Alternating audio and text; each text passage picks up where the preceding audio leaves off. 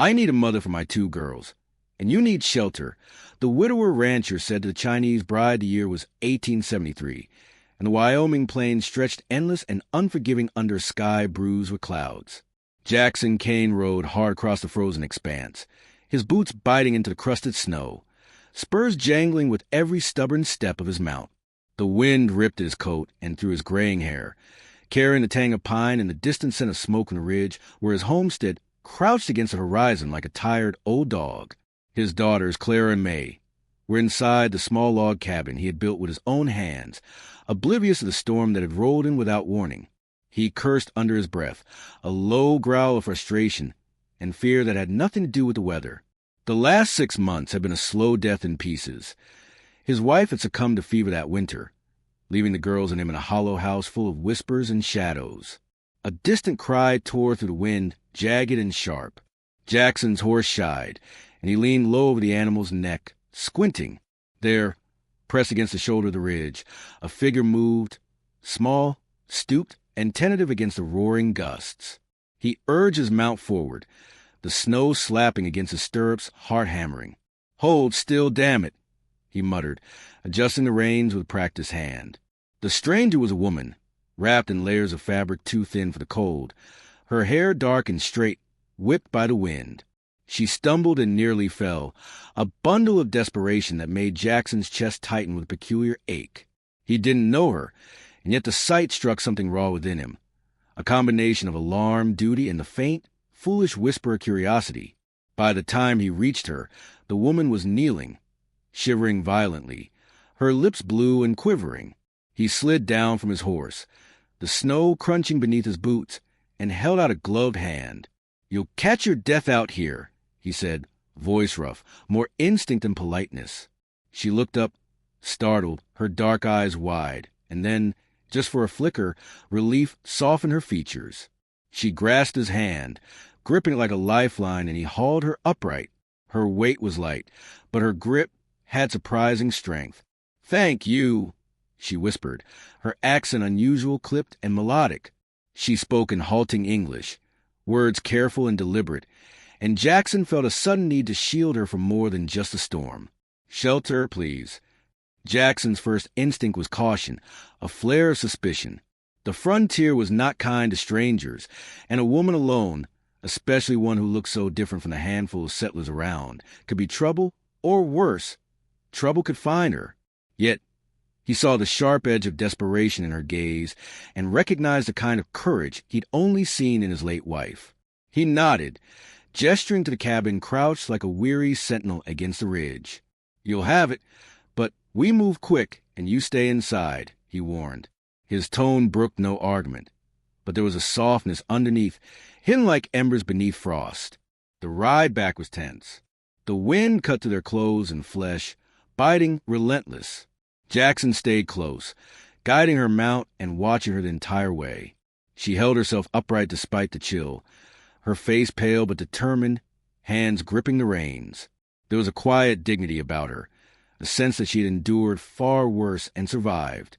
Her name, she finally said, was May, spoken with a careful reverence for the consonants and vowels of English, a name that felt delicate against the harshness of the plains. Inside the cabin, the warmth hit them first, thick and scented with pine smoke and the faint tang of cooking. The girls were sitting by the hearth, knees tucked under their chins, eyes wide at the sight of the stranger. Clara, the older at 10, whispered a tentative greeting. May, 7, clung to her sister. Curiosity wrestled with fear. Jackson cleared his throat. "Girls, this is May. She's come for shelter. Be polite." May nodded, a faint smile flickering across her lips. She dipped into a slight bow, an acknowledgement that seemed to bridge worlds, and Jackson felt a twinge of admiration for the poise she carried despite her obvious exhaustion. The girls were uncertain, but intrigued. May spoke softly, almost shyly, explaining she had nowhere else to go, her voice catching on the words as though each one was precious and fragile. Jackson paced the cabin, restless, watching the interplay between the stranger and his daughters. He was a man of action, of the land, of horses and cattle, and yet here was a problem that could not be solved with rope or muscle. This required negotiation of the heart, of trust, of the invisible scaffolding that held families together. He finally stopped and turned to May. "We're simple folk. There's work to do, and it's hard. I'll give you shelter. That's all I promise. The rest you'll earn." May inclined her head, understanding without question. There was no complaint, no hesitation, only acceptance, and Jackson felt something shift in him, a recognition that survival is never just about yourself, but those who trusted you enough to share your fire. The first evening passed with quiet tension. May sat by the fire, hands wrapped around a tin cup of lukewarm tea Jackson had insisted she drink, while the girls hovered near, daring to ask questions about her life. She told fragments, careful not to dwell, leaving gaps that teased the imagination. Jackson watched, noting the way May's gaze lingered on the girls, protective and tender, yet vigilant, always aware of the danger that lurked beyond the walls. Night fell hard. The wind shrieked through the gaps in the log walls, rattling the shutters and carrying the sound of wolves howling in the distance. Jackson lay in bed for only a short while before the worry gnawed at him, and he rose to check the stove, the locks, the girl's door. May stirred in her blankets and murmured, "It is dangerous here." He only grunted, a man of few words. Dangerous, yes, but so was life, always. That was a truth he'd lived since he had first set foot on the frontier, and one he could not shelter the girls from forever. The next morning was brutal in its cold. Jackson's routine was relentless. Feeding the livestock, breaking ice for water, chopping firewood. But now, there was May, following his every movement with a mixture of curiosity and resolve. She stumbled at first, unsure of the chores, but she was quick, learning the ways of the cabin and animals.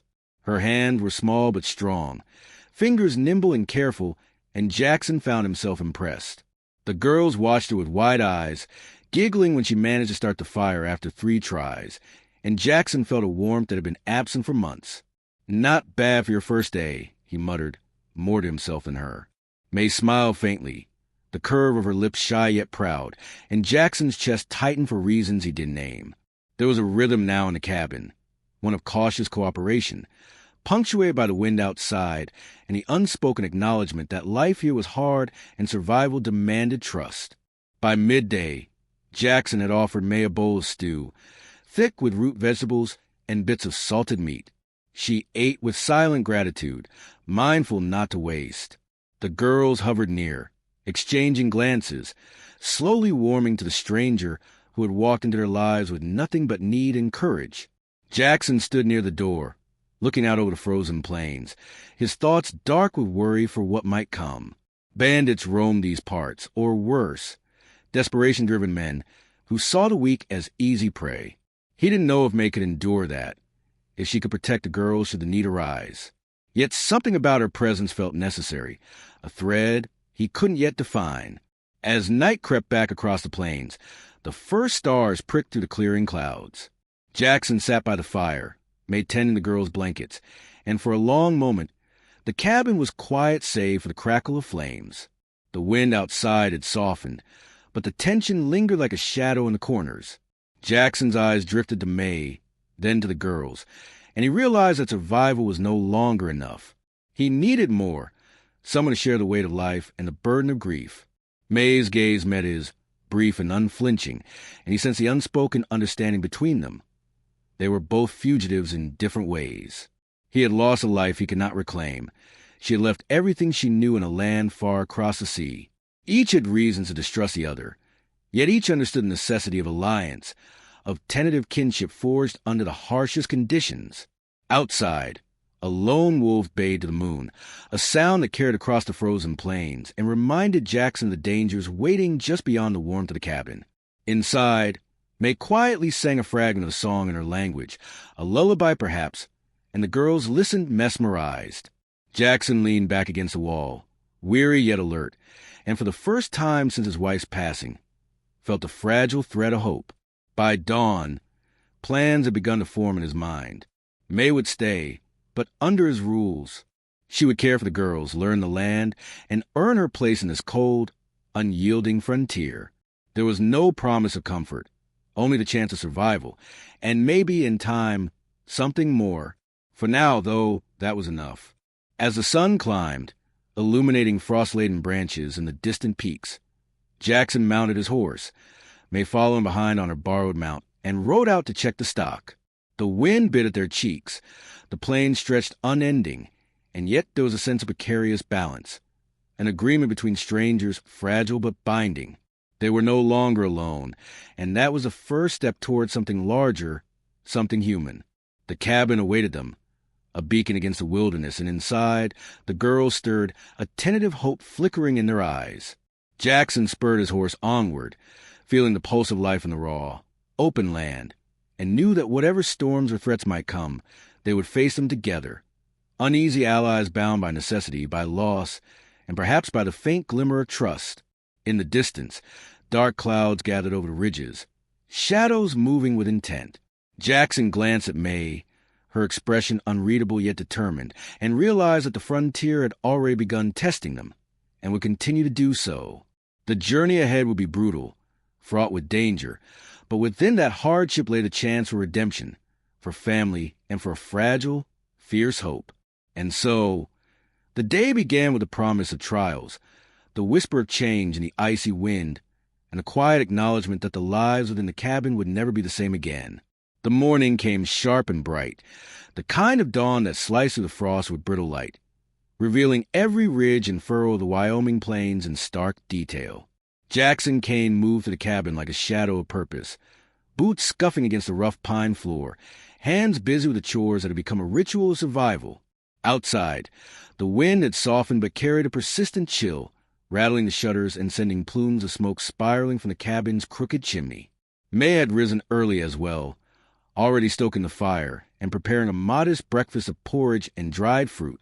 The girls, Clara and May, clung to the warmth of the hearth, still sleepy-eyed but eager to watch the newcomer move with quiet efficiency. Jackson surveyed her work with a critical eye, his expression unreadable. He was a man accustomed to evaluating usefulness, horses, land, men, and now, this woman who had appeared on his doorstep like a living question mark. She moved with a combination of care and precision, handling pots and utensils as if she had known them all her life. When she noticed his gaze, she met with a calm that startled him, as if to say she was aware of being measured and, without complaint, willing to rise to the task. He nodded once, a subtle acknowledgement, and turned to herd the cattle with the girls trailing behind him, curious but careful. The day pressed on with a rhythm of labor and quiet observation. May taught the girls small domestic skills, how to tend the fire, scrub the floor, and prepare simple meals, but she also guided them in the unfamiliar, more dangerous elements of ranch life. She helped Clara climb onto the back of a stubborn mule, murmuring encouragements in her soft, measured English, while May watched wide-eyed, clutching her sister's sleeve. Jackson observed from a distance, noting the way May's presence seemed to smooth the edges of tension that had lingered in the cabin since his wife's passing. The girls laughed at small successes and stumbled over mistakes, their voices carrying like music against a harsh, wind-bitten landscape. Jackson allowed himself a brief, private smile before the familiar weight of worry pressed down again. The frontier did not forgive softness, and trust had to be earned with caution. By mid-morning, the distant horizon revealed a cloud of dust, faint at first, then spreading with speed. Jackson stiffened, recognizing the telltale sign of approaching men, bandits or opportunistic drifters. It was impossible to tell at this distance, but either way, the intent could not be mistaken. They were moving toward the cabin. His hand went to gun at his hip, a comforting weight against the winter chill, while his mind raced through strategies. May noticed his tension, her gaze flicking the horizon, sharp and assessing. Without a word, she moved to gather the girls inside, her movements fluid, decisive, and unhesitating. Jackson allowed a grudging admiration. She had learned quickly. The riders emerged from the distant rise. For men on horses, faces obscured by scarves and wide-brimmed hats, their approach steady and deliberate.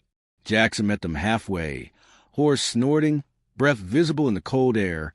His voice carried across the open expanse, calm but firm. "State your business." The men hesitated, perhaps not expecting resistance from a lone rancher, before one barked back, rough and mocking. "Nothing personal, old man. Just looking for supplies and maybe a little coin. Jackson's eyes narrowed. You'll find neither. Move on. The man laughed, a low, cruel sound that mingled with the wind. The others spurred their horses forward, the ground trembling beneath their hooves. Jackson drew his gun, the action smooth and practiced, and the first shot cracked through the air, echoing across the plains. May ducked behind a tree, pulling the girls down with her, and Jackson felt a flicker of unease that had nothing to do with the bullets. He could fight, yes, but what a girl's safety? The encounter was over in minutes, a blur of gunfire, shouting, and thunderous hooves. One of the men fell, clutching his shoulder, while the others reeled back, surprised by the skill and speed of the rancher. Jackson fired another warning shot, and they retreated, cursing, disappearing into horizon dust. His chest heaved from exertion and adrenaline, and for the first time that day, he allowed himself to look at May. She stood near the girls, unscathed but tense, eyes bright with the clarity of survival. Inside the cabin, the air was thick with heat and the smell of smoke from a hearth. May tended to the girls, brushing hair back from anxious faces, murmuring reassurances in her gentle, accented tone. Jackson leaned against the doorframe, gun still in hand, the adrenaline fading but the tension lingering. He studied her silently, noting how her hands moved with deliberate care, how her eyes took in every detail of the room, and how she had instinctively protected the girls. In that moment, he understood something he had not before. She was not merely surviving.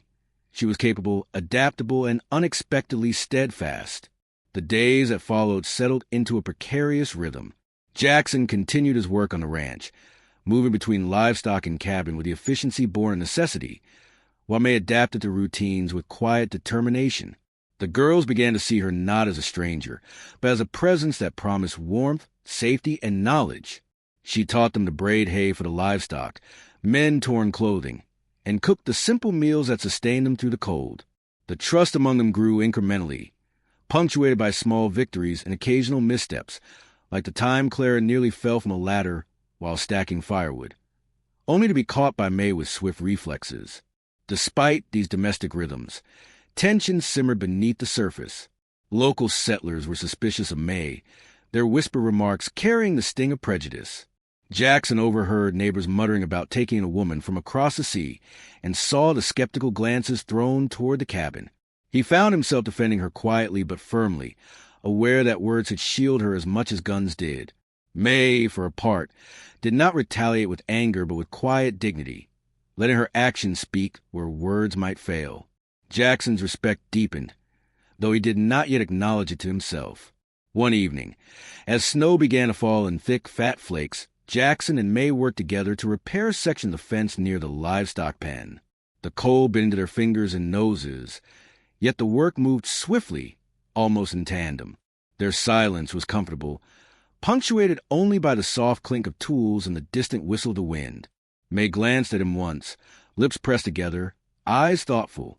"You protect them well," she said finally, her English hesitant but clear. Jackson did not reply immediately, focusing instead on hammering a post into place. Then he nodded, not from pride but from acknowledgment. "I do what I can." The threat of danger remained constant, however. Jackson had been watching signs of a larger, more organized group moving across the plains. Tracks in the snow, abandoned camps, rumors carried by travelers. He knew the bandits could return, or worse, others seeking easy prey. He shared what he could with May, planning strategy for defense, discussing ways to secure the livestock in the cabin, and teaching her to read the land as he did. May absorbed every word, her expression a mixture of concentration and quiet determination. She was learning fast, and Jackson recognized that she might soon be more than a helper. She could be an ally in the truest sense, capable of matching skill with instinct. The girls, too, were changing under May's influence. Clara showed a newfound confidence in her movements, careful but decisive when helping with chores, while May's shyness gradually gave way to curiosity and laughter. May's patience and attentiveness cultivated a sense of security the girls had not known since their mother's passing. Jackson watched from a distance, the corners of his mouth tightening with something he could not name. Pride, hope, perhaps the faint stirrings of trust in a future he had thought closed. One afternoon, while Jackson and May repaired a section of the roof battered by winter storms, a rider appeared on the horizon, a solitary figure against the snow. Jackson tensed, hand going instinctively to his revolver. May's hand found his, brief and steady, a silent signal of readiness. The figure rode closer and dismounted, a young man with a messenger's satchel, delivering news of a nearby ranch under attack. Jackson's jaw tightened. There was no time to hesitate. The safety of his family, fragile and newly established, could not be left to chance. The evening descended in a rush of activity. Jackson and May coordinated the girls to the cabin, reinforcing doors and windows, securing livestock, and preparing themselves for any confrontation. The air was charged with tension. Every creak of the cabin floor, every whistle of wind through the cracks, setting nerves on edge. May moved with efficiency and authority, directing the girls gently but firmly, earning their obedience and trust. Jackson felt a swell of respect, the acknowledgement of her capabilities deepening into something he could not yet name aloud. When night finally fell, the storm outside mirroring the storm in his mind, Jackson stood near the hearth, watching May and the girls. The firelight flickered across her face, highlighting the determination in her eyes, the quiet strength she had brought to the cabin and to his daughters' lives. He knew the challenges ahead would be greater than the day's work or the threats they had faced. The frontier was merciless, and every day brought new tests of courage and resolve. Yet in that moment, a fragile hope took root.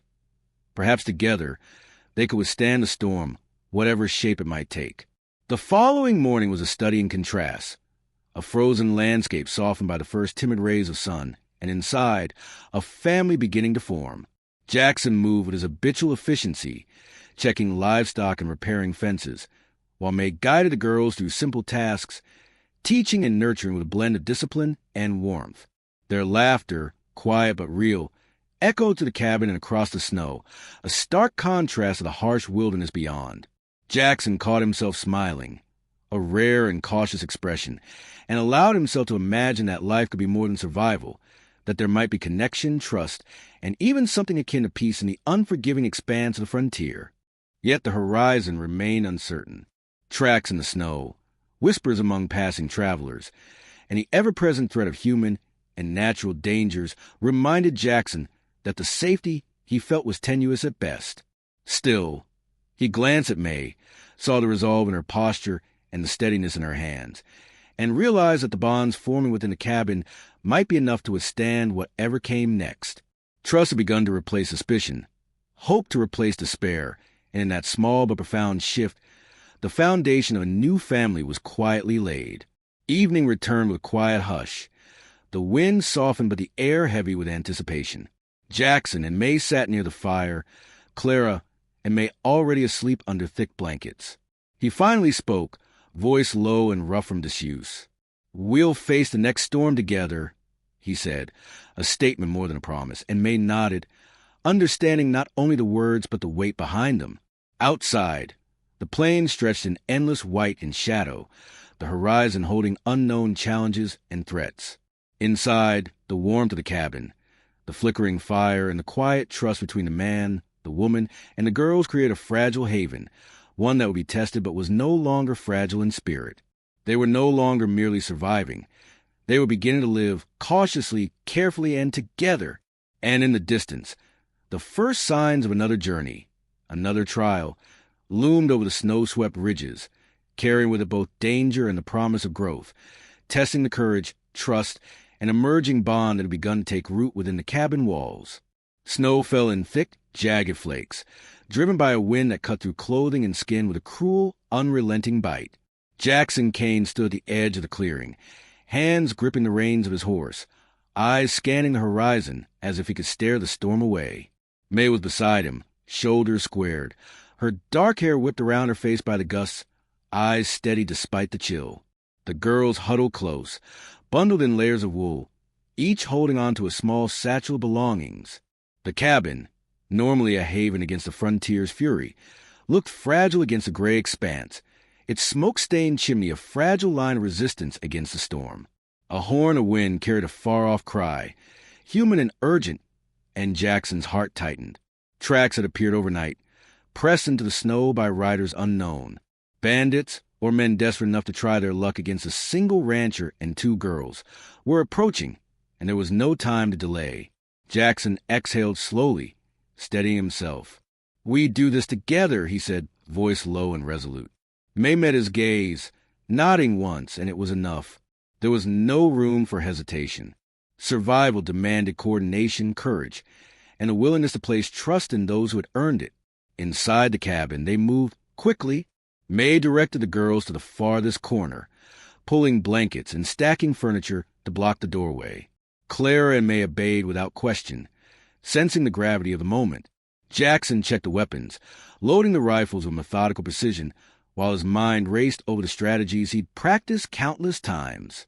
He knew every tree, ridge, and dip in the land, but snow would obscure tracks and mask the approach of foes. The storm gave them cover, but it also limited sight and maneuverability, a double-edged sword that demanded vigilance. The first shots rang out just as the shadows of riders emerged through the storm, figures indistinct but menacing against the whirling white. Jackson fired first, a single, sharp report that cracked like thunder, followed by May's steady aim from the cabin window. The bandits faltered, startled by the ferocity of resistance, but regrouped quickly, their shouts carrying over the wind.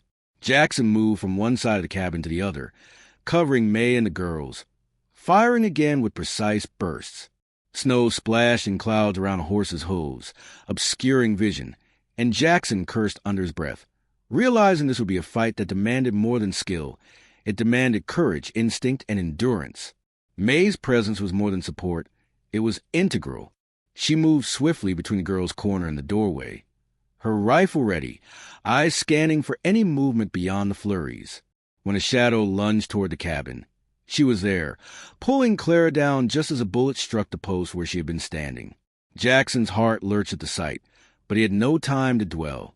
He fired again, catching the man off guard, and the sound of hooves and shouting filled the night with chaos. He realized in that moment that May was not simply a caretaker. She was a partner in the fight. Her courage mirrored his own. The battle stretched on, each volley of gunfire punctuated by the howling wind and the crunch of snow underfoot. The girls remained huddled, terrified but silent, trusting the adults completely. Jackson caught glimpses of May, her face set, hands steady, and he felt a strange mixture of relief and admiration. She had come to him weeks ago as a stranger in need, and now she was fighting alongside him as if she belonged to this land, to this family. He acknowledged silently that his initial hesitation to trust her had been misplaced.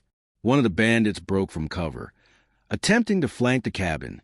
Jackson spotted the movement and shouted a warning to May, who adjusted her aim without breaking her calm. The man fell, clattering into the snow with a muted groan, and the remaining attackers hesitated, their confidence wavering. Jackson took advantage of the pause, firing again with measured intent, driving the bandits back toward the tree lean.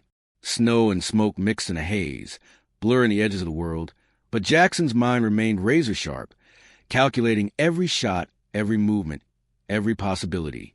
Finally, after what felt like hours though it had only been minutes, the attackers retreated, melting into the storm, leaving the cabin and its occupants battered but intact. Jackson lowered his rifle, muscles trembling from tension and adrenaline. May exhaled deeply, brushing snow from her coat, her expression calm yet exhausted. The girls emerged from their corner, eyes wide but alive, and Jackson felt a swelling of gratitude he could not articulate. May knelt to check them, whispering reassurances in her gentle voice, and Jackson allowed himself a long, steadying breath. They had survived together, and in that shared survival, a bond was forged that would not easily break. The aftermath was quiet in a way that made Jackson uneasy. The storm continued to howl, but inside the cabin, there was an uneasy calm. Jackson tended to minor injuries, cleaning scrapes and bruises, while May organized supplies and fortified the cabin as best she could. Each movement was purposeful, efficient, a testament to her adaptability and resolve. The girls helped where they could, small hands learning to work alongside adults who had faced danger and emerged alive.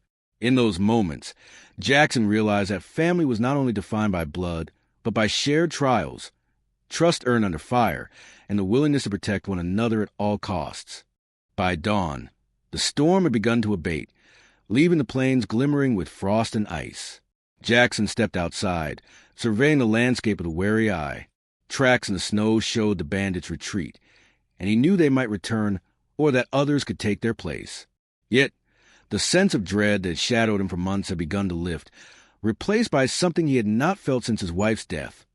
Cautious hope.